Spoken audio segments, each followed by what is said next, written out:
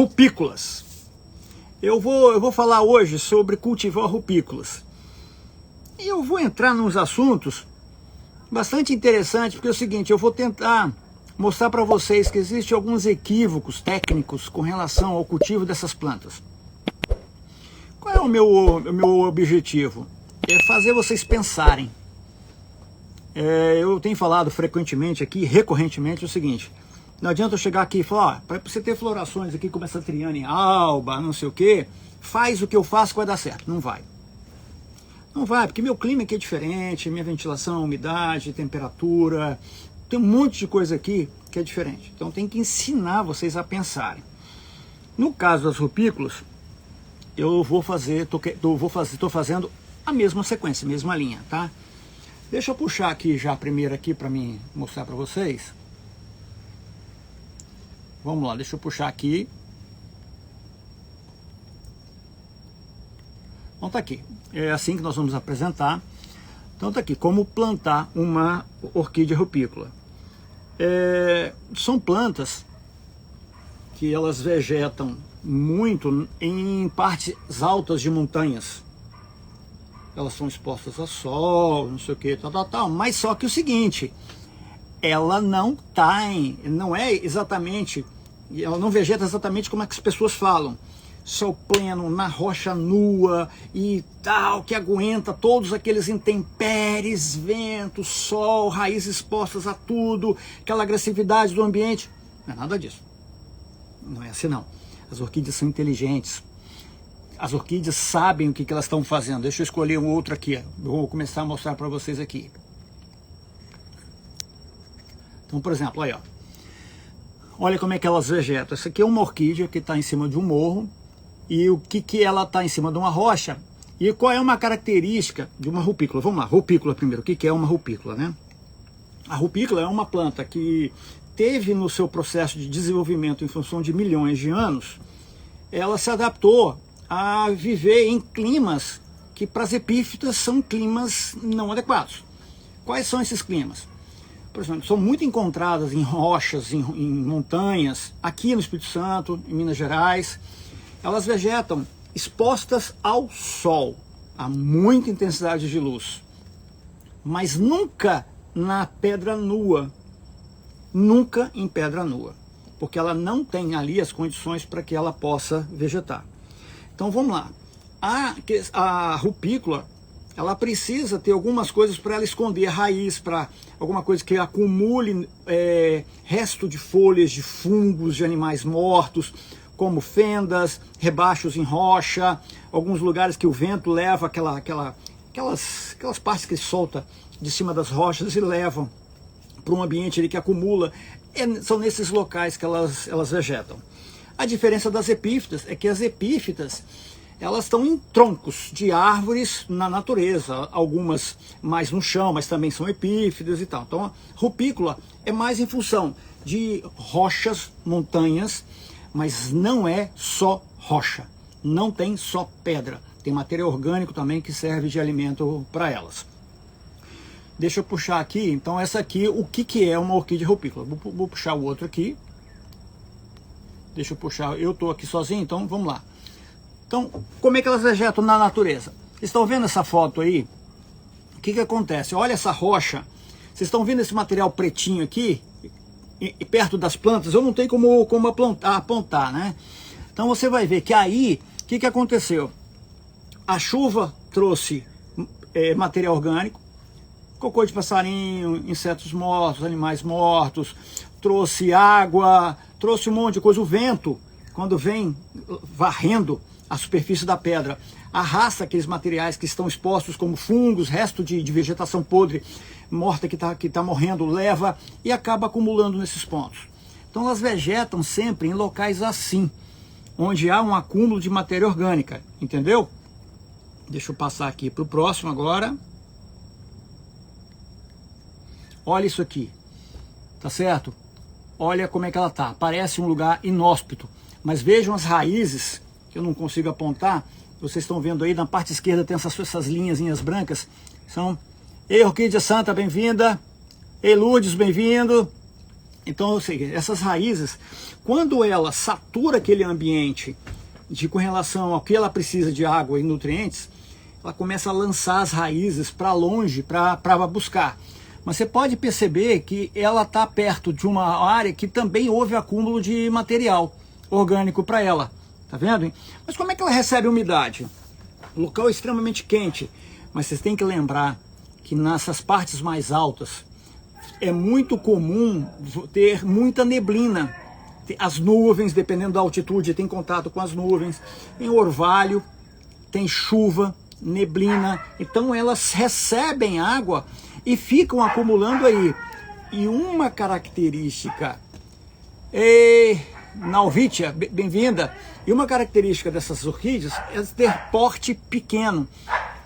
Diferente das nossas plantas, que às vezes são maiores, as rupícolas, elas tendem a ser pequenininhas justamente porque ela não tem muita coisa, não tem muito material orgânico, não tem muitos nutrientes e água disponível para ela, então ela tem que ter pequeno porte. Por isso que elas têm esses tamanhos. Raramente você vai encontrar. Tem o Cirtopódium, que o pessoal costuma chamar de rabo de tatu, que dá grande. Mas ele, até chegar aquilo ali, ele vai gerando e tem uma forma vegetativa um pouco diferente. Então, a umidade, ela chega através de orvalho, chuva, neblina, tudo que tá, porque essas regiões mais altas não tem um clima que nós temos aqui na região metropolitana de Vitória, o Livro do Mar. Lá, você, vamos dizer, de manhã cedo, você vai andar, você fica com a barra da calça molhada, porque o orvalho, né, o sereno, molha muito as plantas. Então isso é uma característica da região onde elas vegetam, ok? Deixa eu passar para o próximo slide. Por enquanto tem tudo bem.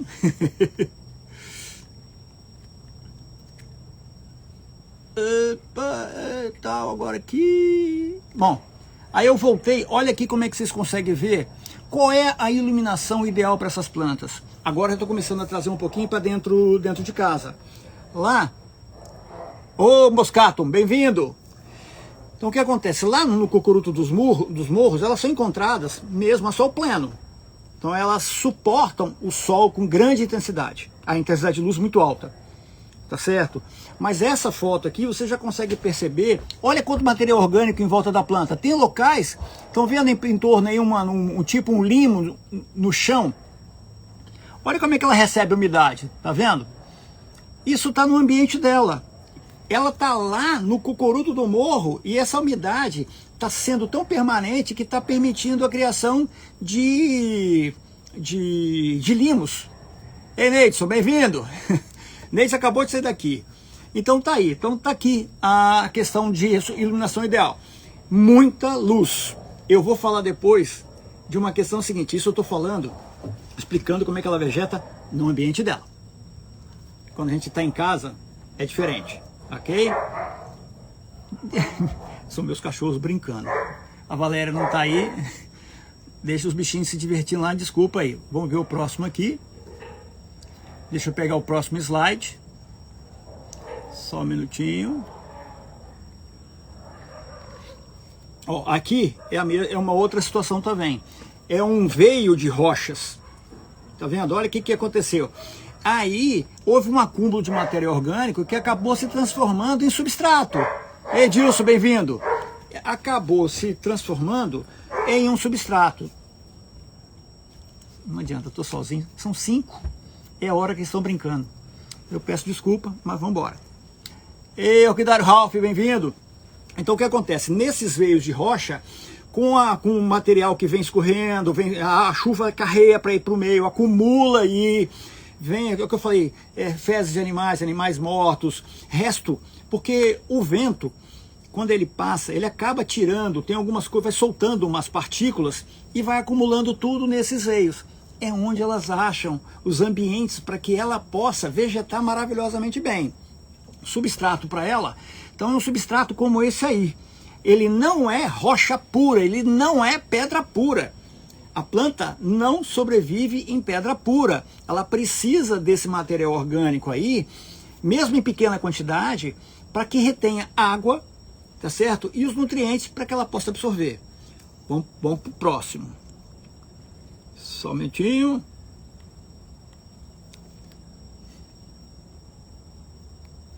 Aí vamos lá. Como cultivar? Vamos lá. Quando a gente traz para casa, nós temos um problema. Qual é esse problema? Normalmente a nossa planta, ela é proveniente de reprodução em laboratório, foi cultivado em estufa, ela não veio da natureza direto. Então no seu processo de evolução dela, de bebezinho, de semente, até chegar a ponto de venda, ela nunca teve exposta a essa situação que eu acabei de falar para trás. Sol pleno, recebe água só de orvalho, sereno, neblina, essas coisas. Ela sempre teve um tratamento diferenciado. Não adianta você chegar em casa e pegar uma planta rupícola e levá-la para esse tipo de clima direto. Ela não vai sobreviver. Ela não vai aguentar, ela não está preparada para isso. Tá certo? Então, isso é a parte. Ei, Mônica, bem-vinda. Então, isso é um cuidado que a gente tem que ter. Porque às vezes você, eu tenho uma rupícula, bota na pedra. Bota em brita, bota não sei o quê, papá. Ei, é o que eu falei para trás. E o material orgânico que ela precisa? E como é que ela vai reter umidade? Como é que ela vai reter os nutrientes?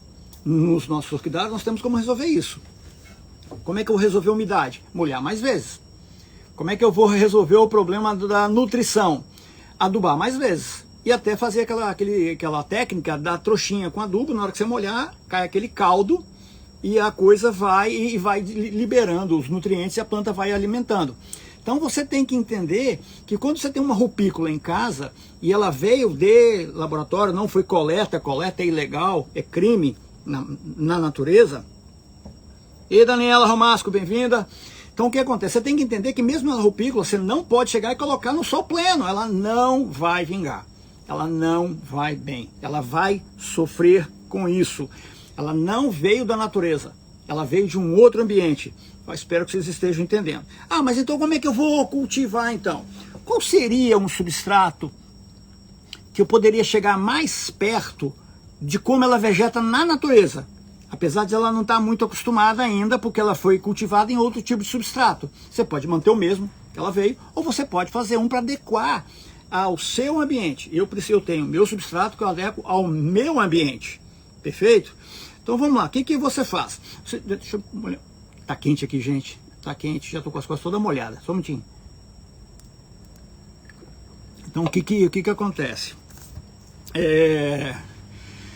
Você pode fazer uma mistura de, por exemplo, brita pura. Vamos falar um pouquinho da brita? Eu peço desculpas às pessoas que cultivam as orquídeas em brita. Não digo que dá errado, não vou entrar nessa de que estão fazendo besteira, não é isso. Mas veja bem, eu vou abrir um assunto assim para vocês pensarem. Nós temos orquídeas que passaram por um processo de evolução através de milhões de anos. Não foram poucos anos, milhões de anos. Ei, Gabriela, Miss Gabriela, bem-vinda. Então, o que acontece? Então, eu tenho epífita, eu tenho rupícula, eu tenho terrestre e tenho saprófita. Por que eu vou inventar moda de tentar misturar isso? Cruzar, fazer um cruzamento. Como assim cruzamento, Fernando? Eu vou pegar uma epífita e vou plantar só na brita. Não estou dizendo que não dá certo, não. Mas vocês passam a entender. Ei, Edu. Lídia, bem-vinda. Vocês conseguem entender que não é o melhor cultivo. Eu estou botando vocês para pensar. É a minha opinião. Eu não vou dizer que está errado, que não é assim, que está tudo errado. Não. Eu vi muita gente tendo muito sucesso só na brita. Mas eu acho que é um desafio, que ele vai precisar de mais coisa. Ei, Cachepor S, bem-vindo. Então o que acontece? Você vai precisar, é mais desafiante. Você vai ter que molhar mais, você vai ter que fazer mais adubação, você vai ter que fazer um monte de coisa, que se você tivesse ela sendo cultivada no que ela se desenvolveu em milhões de anos, seria mais interessante. Mas a minha planta veio de laboratório. Mas normalmente ela também seguiu o mesmo caminho. Então é uma questão para vocês pensarem. Aí a mesma coisa eu vou fazer o seguinte, vou pegar uma rupícula e vou plantar só no esfagno, por exemplo, com casca de pinos, também acho que não é a melhor solução. Eu nem tentaria isso aqui. Ah, então qual que você tentaria, Fernando? Olha, eu cultivo aqui, no final eu vou ter um videozinho meu que eu vou passar aqui do meu tipo, do meu cultivo, de um exemplo. Eu cultivo o seguinte: brita pequena, porque as minhas vasos são pequenininhos, as plantas são pequenas, eu trouxe um exemplo. Eu coloco caco de vaso, brita e carvão. Mas eu estou tentando, eu vou começar a fazer uns testes que eu vou acrescentar, pensando, até estudando aqui para fazer isso aqui. E até pensei o seguinte, gente, eu vou começar a fazer um teste de cultivo de rupícola, eu vou fazer um troço diferente. O que eu vou fazer? Brita, vou botar brita 0, talvez um pouco, a brita 1. Eu vou colocar um pouco de areia grossa, uma areia bem grossa. Mas como é que eu vou introduzir matéria orgânica nisso? Porque até agora é tudo muito inerte. Não retém umidade por muito tempo. E o adubo, olha lá que se chegar ali. Eu precisaria de ter alguma coisa para dar uma... O que eu pensei? Como é que ela vegeta lá? Vocês viram naquelas fotos anteriores? E aqui você consegue perceber que na base da planta tem uns trocinhos verdes que são... tem uns fungos. E umas partes verdes do lado direito da foto. Não sei se vocês estão vendo do mesmo jeito que eu. A haste floral está virada para a minha esquerda, tá? Então é o seguinte, a parte verde, olha embaixo como é que tá. Tem uma parte verde. Isso aí tem um pouquinho de terra. Então o que eu vou tentar fazer aqui? Vou até voltar para vocês para pensarem. Muita brita, areia grossa, talvez até areia da brita mesmo, ou brita 1 com brita 0. E eu vou tentar colocar um pouquinho de terra vegetal. Mas quanto, Fernando? Eu acho que uns poucos %. Num vaso pequeno, eu ainda tenho que desenvolver isso, porque essa questão veio hoje, é mais para a gente começar a trabalhar junto, né? Eu colocaria, sei lá, uma porção, vamos pensar se a gente fosse encher uma vasilhinha, uns 30 ml, 40 ml, se fosse líquido, né? Mas não é, você enche uma vasilhinha, coloca ali. Vamos observando. Amaral, Ellen, Maxwell, Amaral, Maxwell, bem-vinda. Então eu faria alguma coisa nesse sentido. Mas como é que eu estou fazendo? Estou tendo bons resultados. Caco de telha picadinho, brita e carvão. Tá indo muito bem, o bulbo tá gordinho. Edu Ribeiro, bem-vindo, o bulbo tá gordinho. A coisa, ela tá indo muito legal. Então eu tô tendo muita tranquilidade em fazer isso. Mas vamos lá, vou cultivar em quê? Eu vou cultivar num tronquinho de madeira. Aí volta o que eu falei lá atrás. Ela não é epífita. Será que é a melhor situação cultivar uma rupícola num tronquinho? Não, né? Eu volto ao problema que eu falei lá atrás, de levar epífita para sua pedra. Repito, não estou dizendo que não dá certo, mas eu acho que requer muito mais trabalho. Aí eu vou levar então para um cachepô. Também não recomendo. Ei Maria, bem-vinda, também não recomendo. Não recomendo, porque tem muito espaço. Ela vai gostar de ficar mais aconchegadinha. Então vamos para o vaso plástico. O vaso plástico, ele tem a característica de segurar muita umidade. Será que é a melhor situação? Mesmo com brita, terra, no meu substrato aqui, é caco de telha, caco de vaso picadinho, brita e carvão. Será que é o melhor? Eu optei em não usar o de plástico. O que eu faço? O vaso cerâmico. O vaso cerâmico, para mim, tem se demonstrado o melhor para que eu possa fazer aqui. Então, todas as minhas rupícolas estão sendo cultivadas com esse substrato que eu falei com vocês e com vasos de cerâmica. Não tem tanto furo, porque a umidade vai sair pelas laterais desse vaso e está indo muito bem, estou super satisfeito. Deixa eu mostrar agora o próximo aqui. Vamos para o próximo slide. Aí já falei, olha o que foi encontrado lá em cima do morro. Olha que maravilha. Olha que é uma planta pequena, de porte pequeno, é que eu já falei para ir mais cedo, né? Que é uma planta de porte pequeno e que tem flores interessantes. Às vezes tem cachos de flores e abre várias e várias flores. amarelas, vermelhas. Justamente são mais, eu entendo que são plantas que atraem mais porque estão num ambiente mais inóspito e precisam atrair um inseto polinizador. E às vezes nem tem tanto lá em cima, que ela está exposta a vento, não sei o quê. De repente ela tem. Olha aqui que maravilha. E como eu estou falando, todas as fotos que eu estou... Isso tudo foto de internet, tá, gente? Vocês podem reparar que é rocha, mas elas estão na parte onde tem matéria orgânica. E mais uma vez, olha como é que está verde em volta dela, que quer dizer que tem umidade. A umidade está presente aí, ou seja, está sempre recebendo a umidade. Ei, Suzy, bem-vindo. Bem-vinda, né? À noite, ela está sempre recebendo umidade à noite. Ah, de dia choveu, à noite, sereno, orvalho, neblina, ela está recebendo. Senão não estaria aí, gente. Ok? Então deixa eu mostrar agora o meu vídeo. Deixa eu mostrar o vídeo aqui agora. Ó, essa aí é a minha, ó. Vou ficar quietinho para vocês verem aqui, ó. Olha como é que o bulbo tá, ainda tá com a espata ainda. Olha como é que o bulbo tá gordinho. Já deu o haste floral, tá com a espata ali para florir. Olha o enraizamento.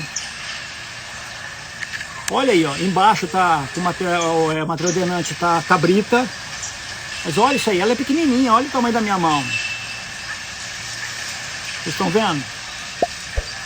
Olha como é que é aí, ó. Essa é uma das rupícolas que eu tenho. Entendeu? Deixa eu voltar aqui para a questão... Opa! Deixa eu voltar aqui para a questão normal. Vou parar